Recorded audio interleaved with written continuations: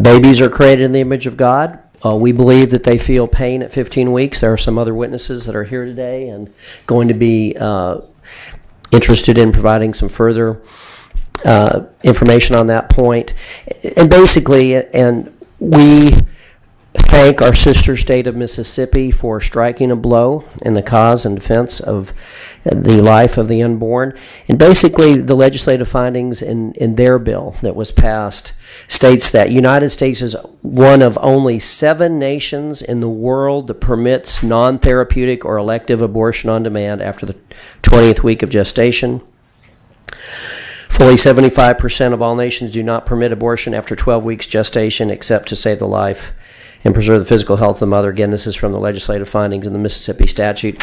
The statute's important because it gives us some chronology on the development of unborn babies. Between 5 and 6 weeks, according to the bill, an unborn baby's heart begins beating. The baby begins to move around in the womb at approximately 8 weeks. At 9 weeks gestation, all basic physiological functions are present. At 10 weeks, a baby's vital organs begin to function. Hair, fingernails, and toenails begin to form. At 11 weeks, an unborn baby's diaphragm is developing, and he or she may even hiccup. He or she is beginning to move about freely in the womb. At 12 weeks gestation, an unborn baby can open and close his or her fingers, make sucking motions. That baby can sense stimulation from the outside the womb.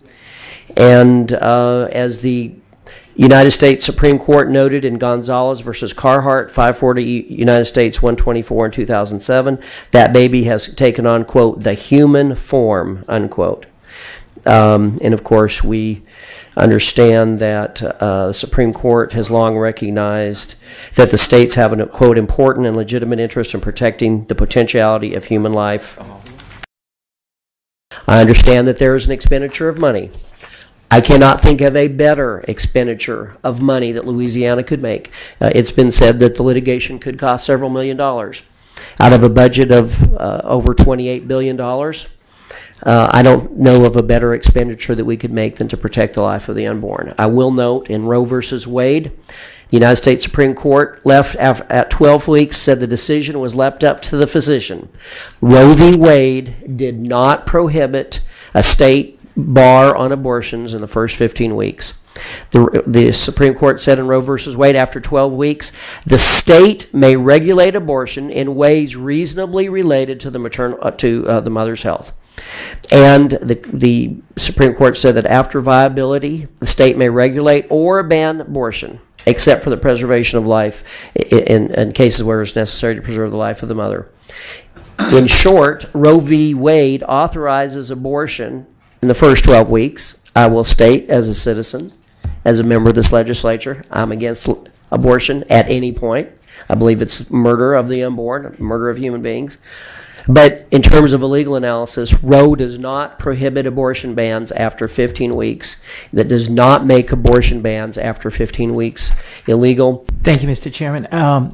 I think we're all on the same page that so many of us are pro-life. In fact, I've done a lot of pro-life legislation. I think the last thing I did was to ban a chemical abortion in Louisiana, working with so many of our pro-life friends and advocates and groups. Thank you, Senator Mills. Well, thank you for your work and thank you for your passion. But I guess I'd like you to address the point that I know you've been talked about, and several of the pro-life experts have talked to me about that regionally and statewide, that this would basically almost weaken the present laws that we have on file.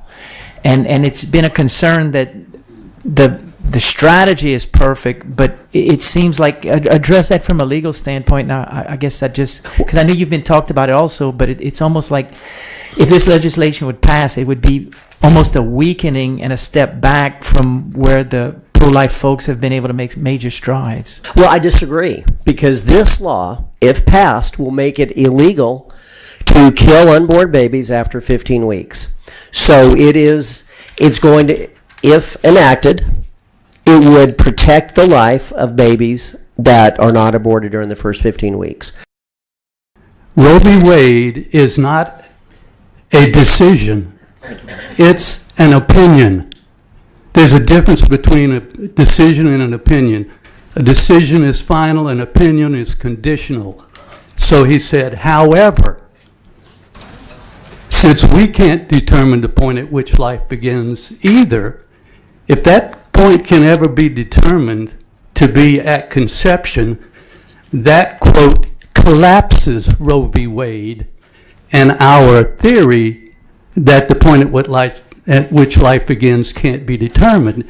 And when that is done, that guarantees 14th Amendment protection to all life in the womb from conception. This is like if you remember Galileo and Copernicus put under house arrest because they didn't want to recognize their science. Everybody that wants to say that they believe in Roe v. Wade, what they're talking about is they want to believe in that time warp that's been disproven between 73 and 84. We put Galileo and Copernicus under house arrest again, but at least when they got under house arrest, people who are qualified for 14th Amendment rights, including the right to life, didn't die as a result. So, organizations like the Innocence Project, we have 3 ironclad federal laws that provide ironclad protection to eagles and turtles in the egg because they may be fertilized. But Roe v. Wade keeps season open on babies in the womb. And so because we won't recognize this, the Innocence Project has saved people from death sentences in every conceivable place of confinement except the human womb. Oh, what a difference being on the wrong side of the womb wall makes. People won't even recognize science. With you reading the amendment, and basically the amendment saying that it shall become effective immediately upon only if any decision by the Supreme Court upholds the authority, and goes on. Here's the position. I'm not speaking for anybody else, but for me, here's the position I get stuck in. I am 100% pro-life, as pro-life as you can get, from conception to the next second. So with the amendment, even if someone sits here and says this is a bad bill or whatever else, how am I look voting against this bill? Senator Perry, I appreciate that question. And again, I'm not in support or opposition to the bill. I'm just trying to educate you on what the impact of the law would be. All I'm asking is, like, from the legal standpoint. From a legal standpoint, this will weaken Louisiana pro-life law.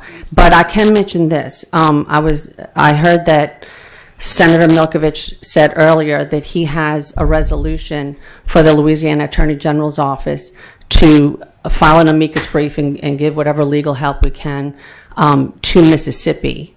That resolution, the legal impact would be good for Louisiana law, because if that case is the one that ends up in the United States Supreme Court, and then our 2006 trigger law goes into effect, then I think that would, from a pro-life policy point of view, be very helpful. So if Senator Milkovich was to bring forward that resolution, that instead of Louisiana duplicating efforts that Mississippi is already doing, and you see, Mississippi doesn't have the trigger law we do. Mississippi doesn't have a total abortion ban.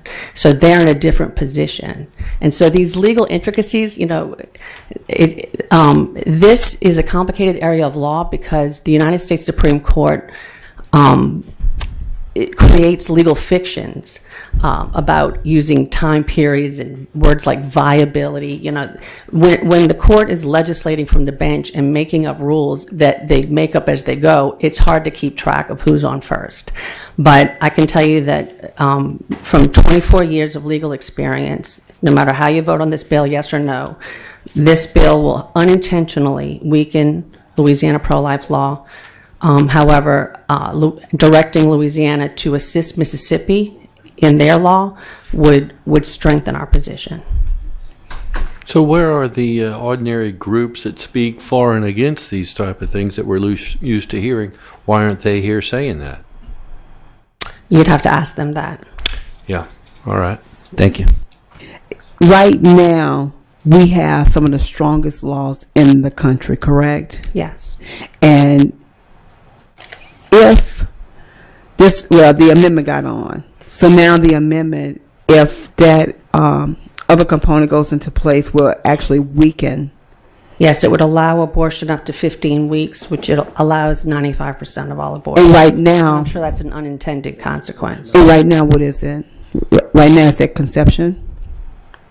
Right now, once the issue is returned to the states, yes, that's what I all meant to say. abortion would be banned from conception except to save the life of the mother. Okay.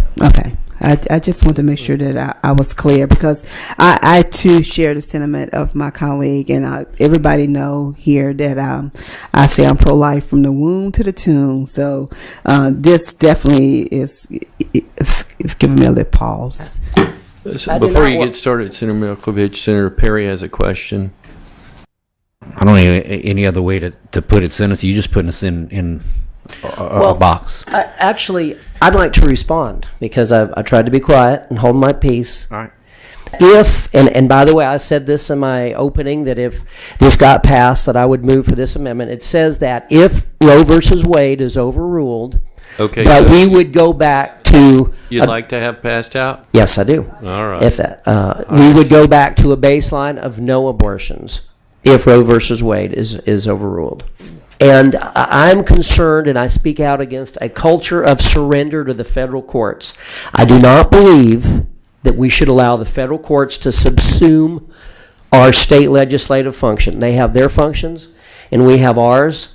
As previously been stated in this building, I don't think we should refrain from doing the right thing today because we believe that someone else may do the wrong thing tomorrow.